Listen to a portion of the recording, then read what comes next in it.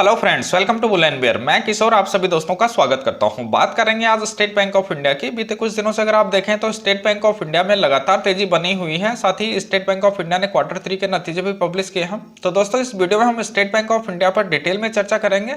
बात करेंगे जो पिछले कुछ दिनों से स्टॉक में तेजी बनी हुई है, ये तेजी कहां तक सस्टेन कर पाती है, कौन से स्टेट बैंक ऑफ इंडिया के नेक्स्ट टारगेट लेवल हो सकते हैं, किन लेवल्स पर स्टॉक आपको रेजिस्टेंस फेस करता हुआ नजर आ सकता है, और गिरावट की कंडीशन में कौन से लेवल हो सकते हैं जहां पे स्टेट बैंक ऑफ इंडिया आपको सपोर्ट देता हुआ नजर आ सकता है। यानी कि इसके सपोर्ट और रेजिस्टेंस लेवल को फाइंड आउट करेंगे। बात करेंगे अगर आपके पास में स्टेट बैंक ऑफ इंडिया की होल्डिंग है तो होल्ड रखना आपके लिए बेहतर होगा, या फिर इन लेवल्स पे प्रॉफिट बुक करके एग्जिट करने में आपका ज्यादा फायदा हो सकता है, इस पर भी चर्चा करेंगे।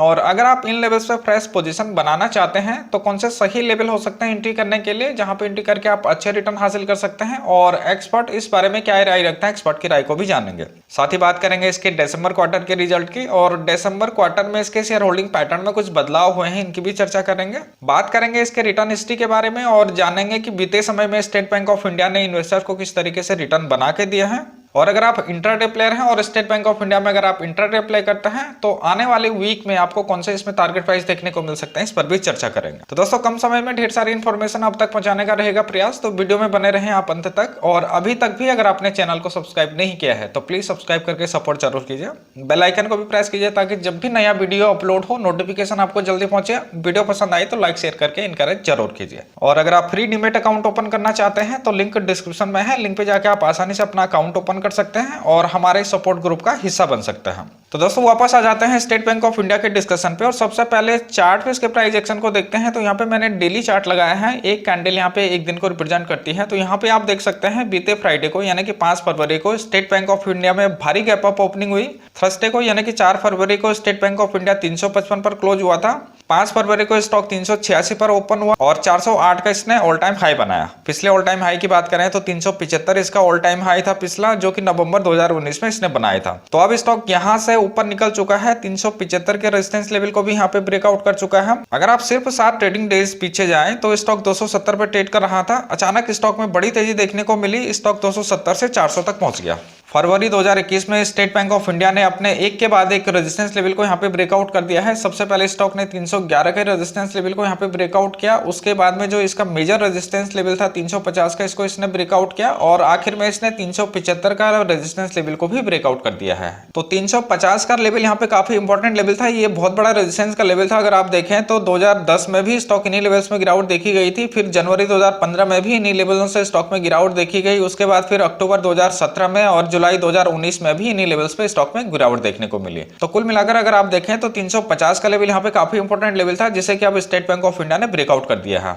अब बात करते हैं इसके सपोर्ट और रेजिस्टेंस की। तो दोस्तों अगर हम इसके रेजिस्टेंस की बात करें तो हिस्ट्री यहाँ पे ज्यादा मौजूद नहीं है, फिर भी लास्ट फ्राइडे का जो इसका हाई प्राइस था 408 का, इसको हम पहले रेजिस्टेंस के तौर पे देख सकते हैं। बात करें अगर इसके सपोर्ट की तो 374 का लेवल यहाँ पे पहले सपोर्ट के तौर पे हम देख सकते हैं। अगर स्टॉक में या मार्केट में गिरावट आती है तो स्टॉक यहाँ पे आपको सपोर्ट लेता हुआ नजर आ सकता है, और अगर ये लेवल ब्रेक डाउन होते हैं तो 350 अब यहाँ पे मेजर सपोर्ट का काम करेगा, जो कि अभी तक यहाँ पे मेजर रेजिस्टेंस का लेवल बना हुआ था। तो 350 पे स्टॉक आके आपको सपोर्ट देता हुआ नजर आ सकता है, यहाँ से स्टॉक आपको बाउंस बैक करता हुआ भी नजर आ सकता है। बात करें अगर इंडिकेटर बोलिंजर बैंड की, तो स्टॉक की ओपनिंग ही अपर बैंड के काफी ऊपर यहाँ पे हुई है, तो ऑब्वियसली यहाँ पे स्टॉक अप ट्रेंड में है, बुलिश है। विलियम परसेंटेज की बात करें तो स्टॉक यहाँ पे ओवरबॉट हो चुका है। विलियम परसेंटेज का लेवल यहाँ पे -9 तक पहुंच चुका है, तो स्टॉक में कुछ ज्यादा ही खरीदारी हो चुकी है। तो यहाँ पे आपको प्रॉफिट बुकिंग भी देखने को मिल सकती है, इसके लिए भी आपको सावधान रहना पड़ सकता है। बात करें अगर इसके 100 डेज के मूविंग एवरेज की तो 243 का लेवल यहाँ पे निकल के आता है, और 200 डेज के मूविंग एवरेज की बात करें तो 214 का लेवल यहाँ पे निकल के आता है। तो स्टॉक अभी इन बड़े टाइम फ्रेम के मूविंग एवरेज से अभी यहाँ पे काफी ऊपर ट्रेड कर रहा है, तो ऑब्वियसली स्टॉक यहाँ पे अप ट्रेंड में है। अब बात करते हैं दोस्तों आगे क्या पॉसिबिलिटीज इसमें नजर आती है। तो यहाँ पे जिस तरीके से कैंडल बनी हुई है तो यहाँ पे ये नेगेटिव कैंडल टाइप की बनी हुई है, और अगर हम विलियम परसेंटेज को भी देखें तो यहाँ पे स्टॉक ओवरबॉट जोन में है। तो यहाँ पे आपको हल्की फुल्की प्रॉफिट बुकिंग या यहाँ पे करेक्शन भी आपको देखने को मिल सकती है। तो दोस्तों अगर आप इन लेवल्स पे भी अगर स्टॉक में अगर आप पोजीशन बनाना चाहते हैं तो एक्सपर्ट इस बारे में क्या राय रखते हैं, एक्सपर्ट की राय को जानते हैं। तो मैं आपको टिकरटेट.in पे लेके आया हूँ। यहाँ पे 44 एनालिस्ट स्टॉक को कवर कर रहे हैं, और 93% एनालिस्ट का मानना है कि स्टॉक में बाय किया जा सकता है, यानी कि मैक्सिमम एनालिस्ट मानते हैं कि स्टॉक में बाय किया जा सकता है। लेकिन अगर हम इसके इन्वेस्टमेंट चेकलिस्ट को देखते हैं तो इसको 5 में से 3 पैरामीटर यहाँ पे रेड सिग्नल देते हैं और 2 पैरामीटर यहाँ पे ग्रीन सिग्नल देते हैं। इंट्रिंसिक वैल्यू की बात करें तो जो भी करंट प्राइस चल रहा है वो इंट्रिंसिक वैल्यू से अभी कम है। रिटर्न वर्सेज एफडी रेट की बात करें तो एफडी से ज्यादा रिटर्न देने में स्टॉक अभी भी सक्षम नहीं है। डिविडेंड रिटर्न की बात करें तो यहाँ पे भी रेड सिग्नल है, अच्छा डिविडेंड ऑफर नहीं करता है state bank of India. Entry point का सिग्नल भी यहाँ पे रेड है क्योंकि स्टॉक यहाँ पे ओवरबॉट जोन में है, ओवरबॉट हो चुका है। और नो रेड फ्लैग का सिग्नल यहाँ पे ग्रीन है। तो ओवरऑल अगर आप एनालिस्ट रेटिंग की माने तो स्टॉक को बाय किया जा सकता है, लेकिन अगर हम इन्वेस्टमेंट चेकलिस्ट के हिसाब से देखें तो स्टॉक यहाँ पे बाय करने के लिए उतना ज्यादा अच्छा नहीं देखने को मिलता है। अब बात करते हैं इसके रिटर्न हिस्ट्री की और जानते हैं कि बीते समय में किस तरीके की इसकी परफॉर्मेंस रही है, इन्वेस्टर को किस तरीके से रिटर्न बना के दिए हैं। तो दोस्तों अगर हम मैक्सिमम टाइम की बात करें सन जनवरी 2000 से देखें तो यहाँ पे 1604.21% की रिटर्न देने में कामयाब रहा है स्टेट बैंक ऑफ इंडिया।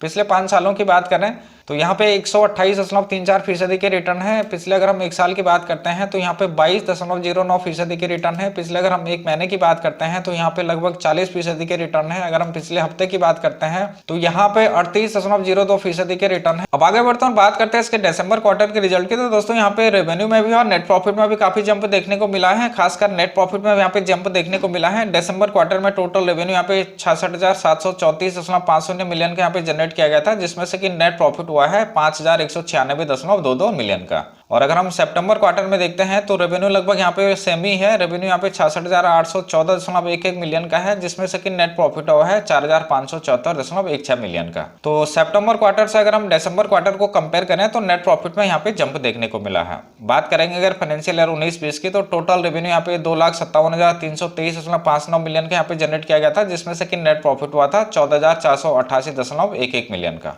तो ओवरऑल इस क्वार्टर में अगर आप देखेंगे तो कंपनी ने अच्छे नतीजे यहाँ पे पब्लिश किए हैं। बात करते हैं इसके शेयर होल्डिंग पैटर्न की और इसमें हुए बदलावों की। तो दोस्तों यहाँ पे प्रमोटर की होल्डिंग 57.64% की है और पब्लिक के पास में यहाँ पे 42.36% की होल्डिंग है, जिसमें से कि इंश्योरेंस कंपनीज के पास में यहाँ पे 10.95% की होल्डिंग है। म्यूचुअल फंड के पास में यहाँ पे 12.65% की होल्डिंग है और एफआईज के पास में यहाँ पे 9.69% की होल्डिंग है। तो मैच्योरिटी शेयर होल्डिंग यहाँ पे प्रमोटर के पास में है, प्रमोटर के पास में यहाँ पे 56.92% की होल्डिंग है। बात करेंगे अगर इस क्वार्टर में यानी कि दिसंबर क्वार्टर में शेयर होल्डिंग पैटर्न में चेंजिंग की बात करें तो प्रमोटर की होल्डिंग में यहाँ पे कोई भी चेंज नहीं हुआ है। एफआईज ने यहाँ पे 2.04% होल्डिंग को इंक्रीज किया है। म्यूचुअल फंड ने यहाँ पे होल्डिंग को रिड्यूस किया है 0.23% का। इंश्योरेंस कंपनीज ने भी होल्डिंग को यहाँ पे रिड्यूस किया है 0.24% का।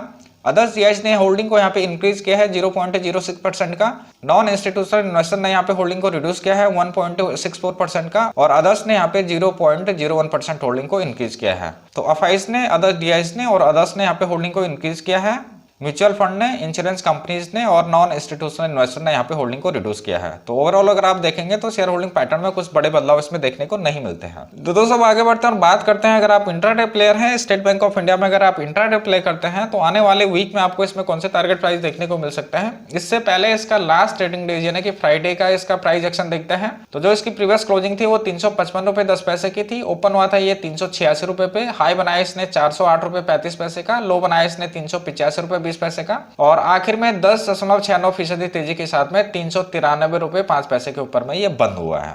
अब बात करते हैं आने वाले वीक में आपको इसमें कौन से टारगेट प्राइस देखने को मिल सकते हैं। तो दोस्तों अगर हम अपसाइड की बात करें तो अगर मार्केट में स्टॉक में तेजी बनी रहती है तो अपसाइड में 399 इसका पहला टारगेट हो सकता है, दूसरा टारगेट इसका 408 का हो सकता है और तीसरा टारगेट इसका 425 का हो सकता है। और अगर मार्केट में स्टॉक में गिरावट रहती है तो डाउन साइड में इसका पहला टारगेट 385 का होगा, दूसरा टारगेट इसका 375 का हो सकता है और तीसरा टारगेट इसका 367 का हो सकता है। तो दोस्तों इन लेवल्स को ध्यान में रख के आप स्टॉक में प्ले कर सकते हैं स्टॉप लॉस के साथ में। तो उम्मीद करता हूँ कि डेटा आपको अच्छा लगा होगा, तो प्लीज लाइक सब्सक्राइब करके इनकरेज जरूर कीजिए। साथ ही अगर आप डीमेट अकाउंट ओपन करना चाहते हैं फ्री ऑफ कॉस्ट तो लिंक डिस्क्रिप्शन में है, लिंक पे जाकर आप आसानी से अपना अकाउंट ओपन कर सकते हैं और हमारे सपोर्ट ग्रुप का हिस्सा बन सकते हैं।